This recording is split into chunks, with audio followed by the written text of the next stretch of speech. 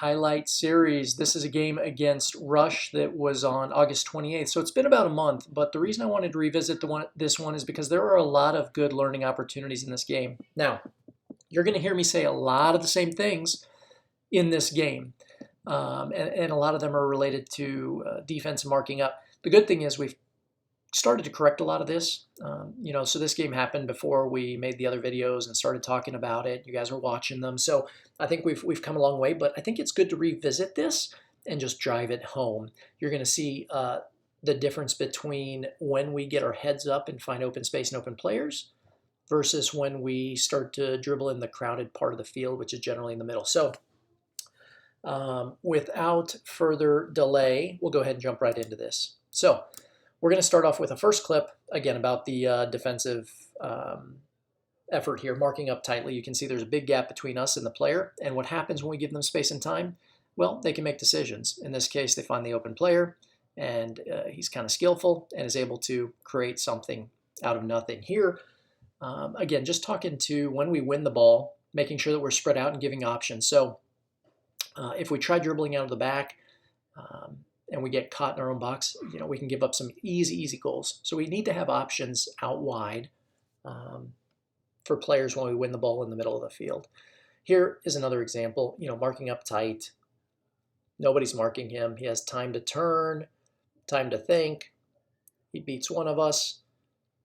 And fortunately, Grayson gave some good defense there, but you can see what happens. Again, here will be a good example of good defense. You can see Grayson off to your left there. He is marked up very tightly. So what happens when we're marked up tightly and we pressure? Well, we win the ball, right? But nobody was marking there, and so we're giving him space and time. We shut it down quickly, so now he has no option but to go backwards, but nobody was marking the guy with the long hair, so he makes a pass in. Fortunately, where the ball is going, we're marked tightly. So look at this. We're marked tight. We're forcing them backwards. When we pressure them, again, when we pressure, look at this, pressure, high pressure, we're forcing them backwards, right? We're not allowing them to come forward. That's what we want to see. Here you'll see John is highlighted here. He's marking up, reads the ball, steps in, like this, some nice touches. He's dribbling into space, gets his head up. But the problem is there's nobody for him to really pass it to, so he's able to hold the ball with some skill, 1 versus 3. But you can see we have players kind of just standing around instead of making a run into that space, in this case up to the left or off to the right, and giving John some opportunity to pass the ball. Here, again, you'll see, we want to make sure we're touch tight and we are marked up goal side. Here he's able to control the ball, and we have a little distance between defenders, just enough time for him to turn and make a decision. So here he turns, sees what he wants to do, makes a nice little skill, and he's off to goal. So could have been a lot more dangerous, but again, just showing the difference between marking tight and not. The other thing is when we win the ball defensively, we have to make sure we're able to play the ball out to feet, right? If we don't find players' feet, we give them easy opportunities like this to counter us. Easy opportunity, easy goal. So we got to make sure we find our players' feet when we're playing it out of the back. Here's an example. We get caught not marking up, and so then we start ball chasing. So this guy is wide open. He finds him right in the middle of the field, and then we have 3 players kind of rush into the ball and that player, leaving the blue shirt off to your left wide open. So there he is, good position, able to shut it down pretty quickly there. Grayson does a good job pressuring, finding feet. So you can see the difference, right? When we pressure and force the mistake, a lot different than when we give them space. So here you'll see, when we win the ball and get our heads up. So Jake wins the ball. He's dribbling, out of the box, wide. He's got 2 players on him.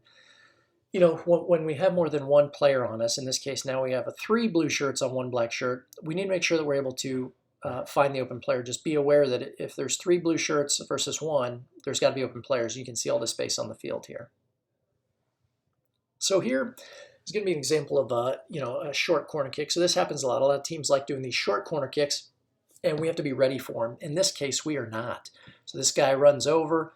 Nobody's tracking, and they have all sorts of time to come up with a plan. So they play it in, no pressure, no pressure, no pressure.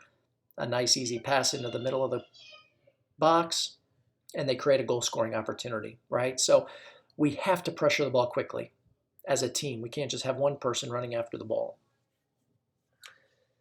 So here, Simon with a nice little bit of skill. So you'll see receives the ball. He knows he wants to get out wide, so a nice little move out wide, beats that player once, beats him twice. And Simon's getting his head up, but there's just nobody to pass it to, right? So we got to make sure that we are moving off the ball and providing options. Simon does a good job of holding it and now finds the space. Drew with a nice run, and then that creates a shot on goal. So same thing. Again, a nice opportunity when we get our heads up and find the open space. Jake wins the ball. A nice little step over into space. Sees Drew, tries to get it to Drew. It gets to him. And then Drew does a really good job here of finding the open player. Look at that space right in the middle of the field. So a nice touch through, nice through ball to Tyler, and creating a goal-scoring opportunity. So you can see the difference it makes when we get our heads up quickly and find that space and player. Now this is important. Corner kicks. We have to have somebody rush the keeper on a corner kick and set pieces for the rebounds. Keep your eye on the goalie. We have a nice corner kick in, hits the post, right there. Keeper rebounds it. We don't have anybody in anywhere in that space. Could have been an easy tap in. So we want to make sure we always have somebody ready for an easy tap in on those set pieces, corner kicks. Here's another example. Throw in. Neither of these two blue shirts are marked up goal side. So the ball makes its way. We're not ready. Easy pass to the other, and now they've created a 3-on-1, maybe a 3-on-2 counterattack. So we're caught having to track back. Fortunately, Mac's able to get there and stop the play. But it's a lot easier to not have had that happen in the first place. Here's an example of a nice pass out wide and what happens when we move the ball quickly and into space. So Wyatt finds Jake out wide. Jake's dribbling into the space, able to cut back in, get a nice shot on goal. So, creating something rather than just dribbling into space or dribbling into a crowd and losing it. Same thing here. We have a corner kick. Right idea. We just need to get that ball across. Instead, we get caught up dribbling because there's nobody really moving. You can see there's a lot of people standing still watching instead of trying to support that player. And what ends up happening is we get countered. So when we don't have the ball, we need to make sure that we are moving off the ball and giving that player options and not getting in the way. So here's an example of when we win the ball, we really need to spread out. So here, John wins the ball. But here we go. So we have the ball, Nick on the ball, and we have people all over him. Our own teammates are crowding the space and almost taking the ball away. So Nick doesn't really have anywhere he can dribble. He dribbles into one of our players. And, so we got to make sure we spread out, spread the field, give the player with the ball space and options. Here's a nice effort. We force the pass. Mac does a good job shutting that guy down and forcing a bad pass. Tyler intercepts the pass. Nice read on the ball. Finds the open space in player, and nice shot on goal. Grayson hits the post. You can see the difference, though, when we find the open space in player here. Here, look at the space. So again, 3 defenders giving all the time and space to this, and it makes it so easy. All they have to do is really just dribble right past us. You'll see just a quick, easy touch and an easy goal, right? We have to shut that down. We have to pressure. We have to be touch tight on our marks. So another example, just, when we get the ball in our own defensive third, we got to be careful how we dribble out, right? If we try to dribble out, we need to go out wide, not towards the middle, because if we lose it in the middle, that's just a really dangerous spot of the field and gives them a good goal scoring opportunity.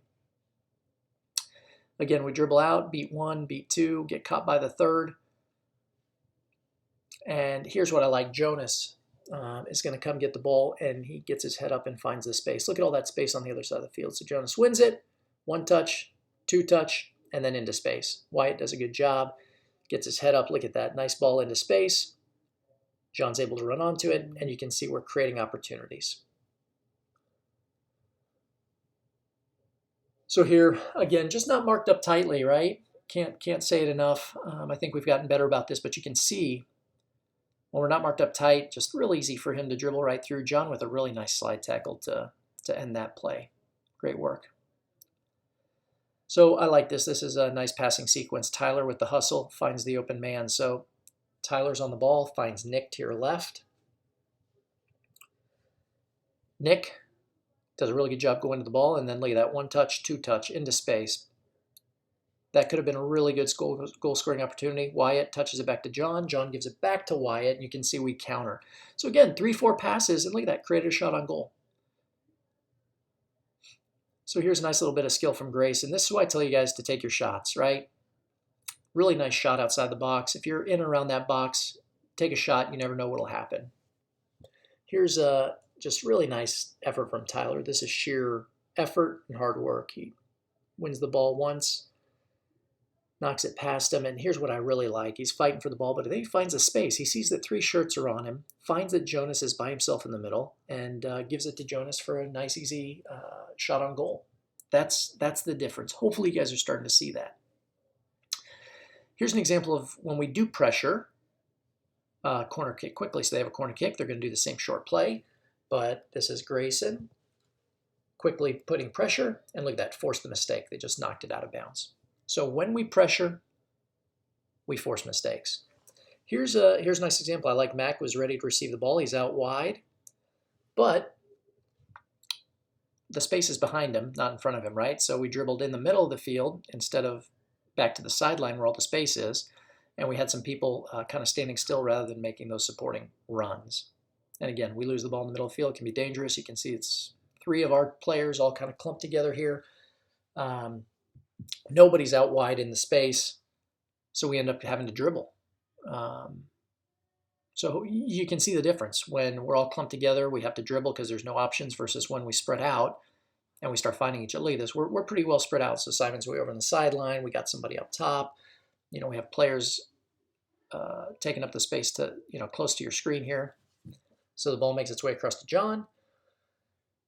Mac is there and ready to receive. Mac with a wonderful ball. That was a great ball through. Nick beats his player and draws the penalty. So you can see we move the ball around quickly and into space. Good things happen. One last example here of not marking up goal sides. They have a goal kick. He has quite the leg, knocks it all the way through, and you can see here we got 3 people, and not one of them is goal side of the other player, and he gets a breakaway. So fortunately we recover quickly. Kane with the save, and unbelievable assist from Kane here. Look at this, Kane with a great kick. John, sheer effort. I don't know how you time that, but what a great goal. What a goal. So that is it for video highlights. I'll go ahead and pause this here. And so hopefully, guys, again, it was a lot of the same things, which I know gets old and repetitive, but I can't drive that home enough. I think we have gotten better about it, but I think it's good for you to see kind of over and over and over what happens when we don't mark up tightly, when we're not touch tight, when we're not goal side, and also when we don't pressure. So hopefully you saw the difference here. When we apply pressure to them, we don't need to win the ball. We just pressure them and make them make the mistake, right? We don't allow them to time and space to make decisions, and we force them to make bad decisions. So hopefully you saw some examples of both that, and also some examples of what happens when we get our heads up. We spread the field and we move the ball versus trying to dribble into pressure. So like I said, boys, I think it's getting better. It's meant to, we're meant to learn from this. So hopefully watch this a couple of times and learn from it, and let's see if we can apply it to the next game. I will see you, well, today's Wednesday. I'll see you all at practice tomorrow and the tournament this weekend. Thanks, boys.